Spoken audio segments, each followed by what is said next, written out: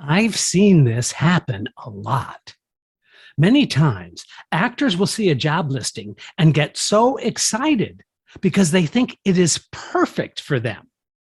The question becomes, is it really right for you? Does the breakdown itself hold keys for discovering whether you are really right for the gig? Let's take a look at the breakdown and not have a breakdown. In this episode of Casting Actors Cast, I'm going to show you exactly how to know when you are right for the right acting job.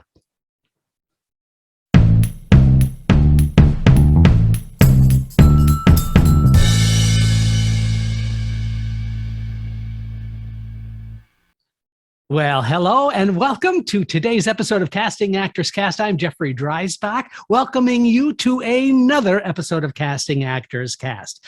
I can't express enough how grateful I am to you for tuning in on this podcast. The podcast continues to grow, and I am just so thrilled and delighted that you keep coming back week after week. Now, listen, if you are new to the podcast, welcome aboard. So glad and so cool that you are here. I invite everyone to please think about going to the website, castingactorscast.com, just for more information about the podcast, but also you're going to get some freebies if you fill out that form that says dive into the talent pool. You fill out that form and it'll open up a secret page, and that page gives you the following. It'll give you a free downloadable 100-page PDF book called Conversation Pieces Out of the Studio, the voiceover workshop for professional actors. There's a free video called Casting Director Secrets, what they don't want you to know. But guess what? I'm going to tell you in this free 20-minute video. Additionally, there's a place called Jeff's Jots, and those are show notes corresponding to each of the episodes that I drop here on the podcast.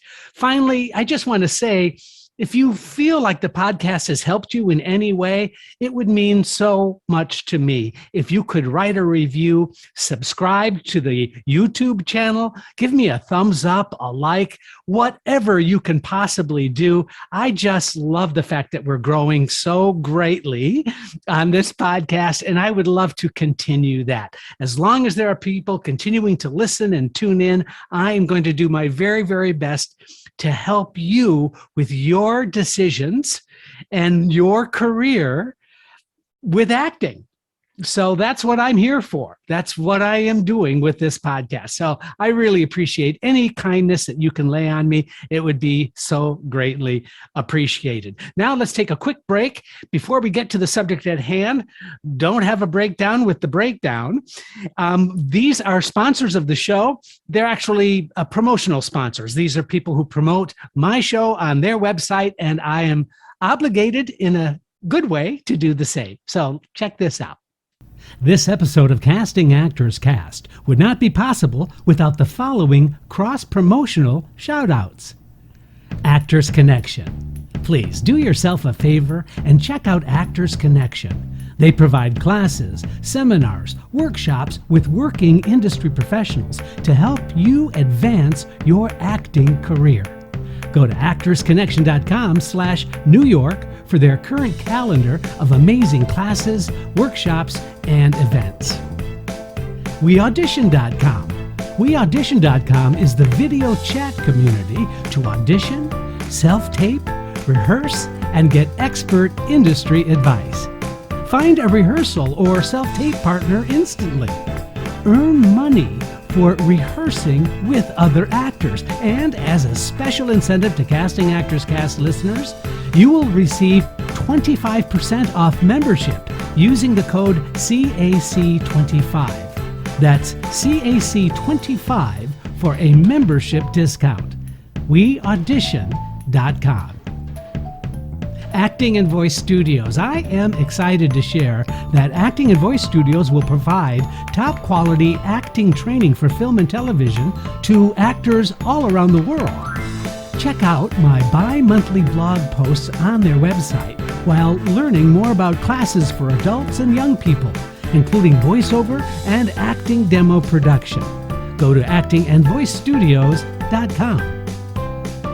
Now, other places in addition to the ones I've just mentioned that I am teaching at include the Growing Studio and T. Schreiber Studio. So I ask you to go ahead and please visit their websites as well. And check out the schedule at castingactorscast.com/classes workshops. And I hope that we can work together soon. Thank you. Thank you so much for that. So let's talk about the subject today, breakdown. So you know what a breakdown is, right? So if you don't know what a breakdown is, I'm happy to share that with you. A breakdown really is the description of a role that is being sought. If there is a description, let's say a job description for an actor, and it provides you all kinds of information, it's called a breakdown. Now, breakdown service is really well known for being the breakdown place. Breakdown, of course, is the job listing and the job description, and you can find that at Actors Access. But there are also all kinds of job postings at like backstage.com, for example. Sometimes a breakdown will happen on a Facebook page, and you'll see that the casting director or whoever is doing it is looking for a particular role and gives you a description. And that's all that a breakdown is. It really is a description of the role. It's also giving you project details like the time that we are seeking the actor, where the job is actually taking place, who are the creative team people involved.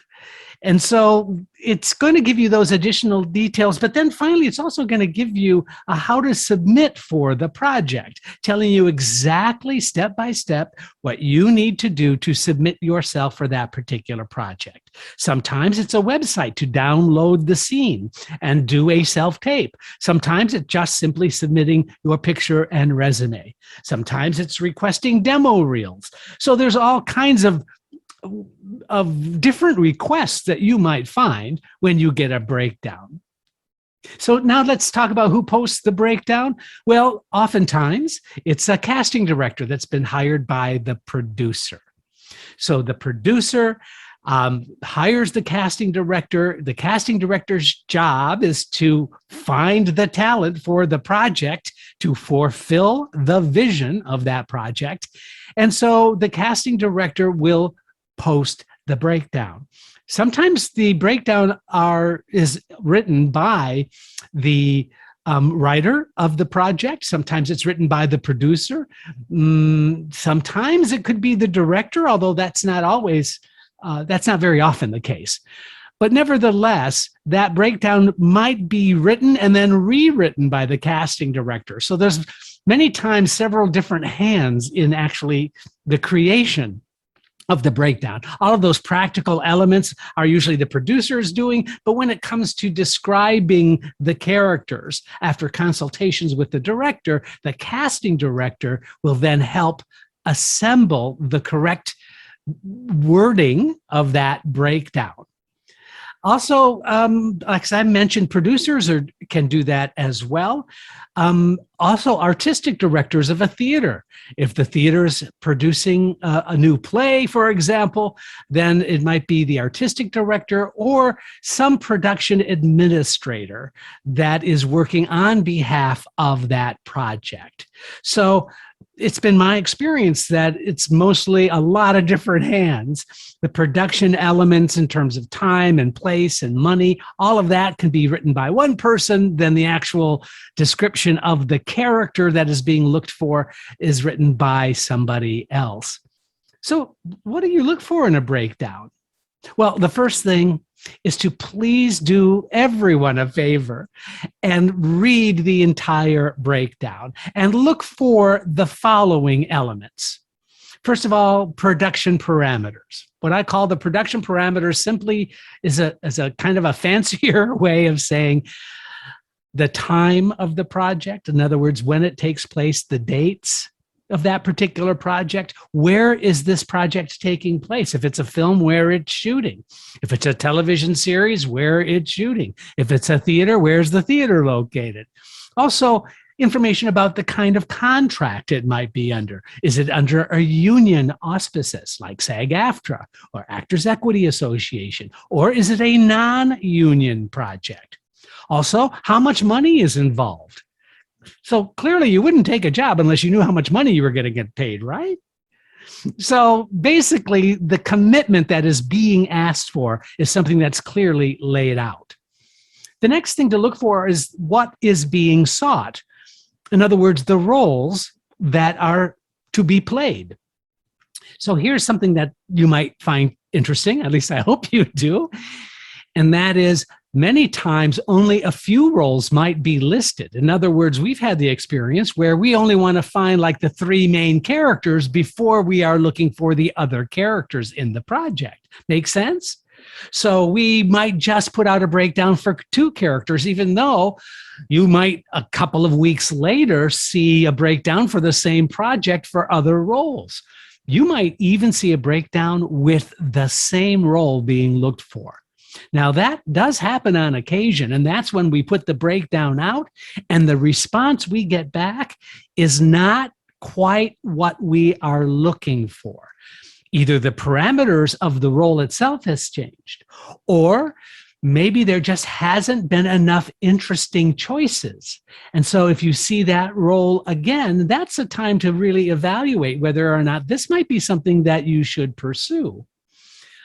Additionally, there are perhaps in the breakdown requirements that might be listed for the role, additional requests for playing the part. I'll give you an example. We had a role for a person, a female, who was under 5 feet tall, and she needed to be classically trained on the piano and also be able to ride a horse. The same person had to do all of those things. And so you can see the specific nature of that request meant that we needed to really be aggressive with our searches. And so there might be additional requirements for the role. That's an important piece, I think, of the puzzle to take a look at when you're reading the entire breakdown. All right, now let's say all of those parameters look good. You really like the idea of the role, and now you might get more of a description of the role. For example, it might ask for give you information about the age of the character or the sex of the character. Perhaps there might be some plot points, or perhaps even a little bit of the storyline of what does this character go through during the course of the project. And those are really just kind of basic things, right? Basic information about that project. But here's the thing. The other element that you might get from the breakdown of that character are personality traits that are being sought. Perhaps there's some physical traits that might be of interest on the producer or the casting director's part. Perhaps we're looking for somebody who's heavy or slight, or whatever the adjective is, you can figure it out. Also, when you're reading the breakdown, you might get some emotional cues about the character. You might get some psychological information about the character. The character is overly obsessed with an overbearing mother. There might just be additional pieces of information that the character is dealing with, whether it's emotional or psychological or physical. Now, there are also some additional traits or attributes that might be listed in the character. This would be if the producer is open to perhaps not making a decision about sex or weight or sexuality. Maybe there'll be a statement there about seeking and really having an open concept for the particular role. And this is happening more and more, which is very exciting, by the way.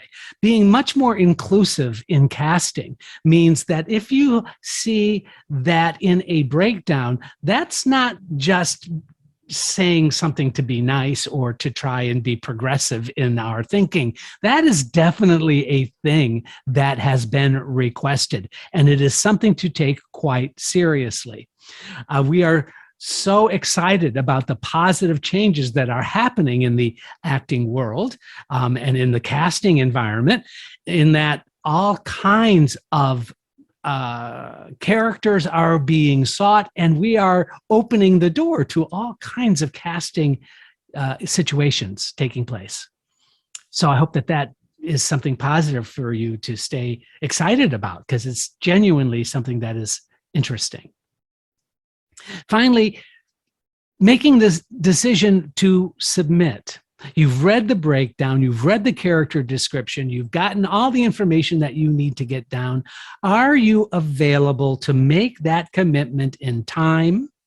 The dates, when is this happening? The money, is it enough money for you to be able to do this job? The location, do you have to travel? Are travel expenses provided?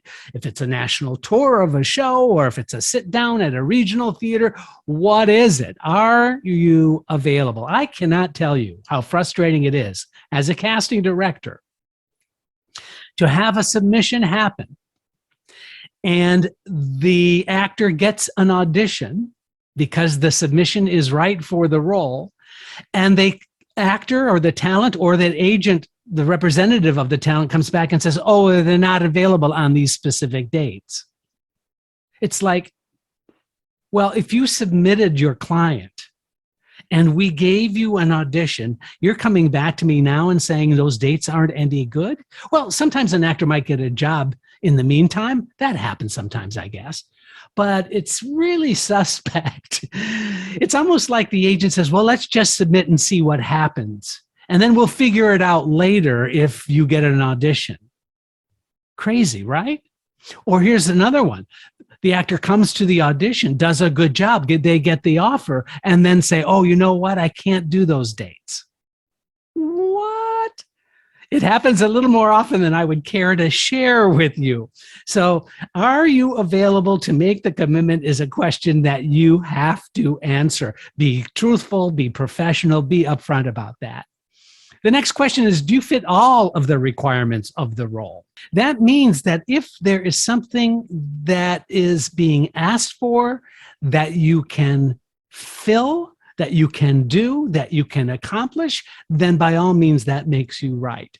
If, on the other hand, there are certain areas that don't make you right, that are sort of hard pressed for you to say, yes, I can be under 5 feet tall, and yes, I can ride a horse, and maybe you've never done any of those things, not a good idea to submit.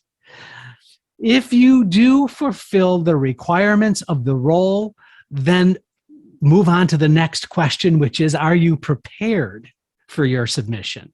And what I mean by that is, do you have the ability to do a really good self-tape? Now, I've done a lot of episodes on doing self-tape, so it's really worth your while to take the time and figure that out. But it's important that you are prepared technically and emotionally and physically to put together a decent audition and get it into our hands at the right time, in the right way. Now, here are some common issues that we've had with actor submissions, in addition to the ones I talked about earlier in terms of accepting an audition and then deciding later that you don't have the time to do it. Not being realistic with the opportunity. Sometimes it happens that anytime that we put out a breakdown, there are a handful of actors that will submit themselves for everything. And I mean everything. The wrong age, perhaps the wrong sex, the wrong qualifications, but they simply sort of just machine gun, I can't think of a better way to say that, every opportunity that crosses their desk. And so I can tell you that after a while, I stop even looking at those submissions. Because if you're not realistic about the opportunity and your ability to play it, then you are saying less about your professionalism. And I would much rather have you be selective and be right than to think that more is more, and that will actually get you more and better attention. It actually will do the opposite. Sometimes the actor is unqualified because of lack of experience. Now, let me put this, and I know this is going to come across kind of harsh. I don't mean it to be, but submitting yourself for the lead in a major motion picture with a $15 million budget, and you've never done a film before, is probably not going to be the best move for you, or it could even potentially harm you. And here's how. If I start seeing that actor submitting themselves and they are not ready for that job, and by ready, I just don't mean they feel ready. I mean that they have on their resume the kinds of experiences that would lead to the next best thing. Now, I understand the argument, right? How do I get experience if I can't get the job? And how do I get the job if I don't have experience? Well, I can tell you that there's a logical sequence in terms of your journey as an actor that can fill in those levels of experience over time so that you become qualified. But being realistic about it is going to be your best friend, because that's maintaining that professionalism that is so important. So, like I said, submitting for every opportunity without filtering the opportunity can be really harmful. I guess what I'm talking about is really having the right mindset. Having the right mindset. Are you professional? Are you positive? Are you qualified? That's sometimes a challenge with the actors. Sometimes the actors are very, very excited when they see a breakdown. But it's important to take every opportunity and filter it through that level of professionalism that's going to only help you in the long run. It's a marathon. It's a marathon. It is not just a short race. So treating every opportunity like it is your business and not an emotional knee jerk will grow your reputation and set you on the path to success. I'm Jeffrey Dreisbach, and this is Casting Actors Cast. Casting Actors Cast is made possible with your support just by listening. Please like, share, and subscribe wherever you get your podcasts.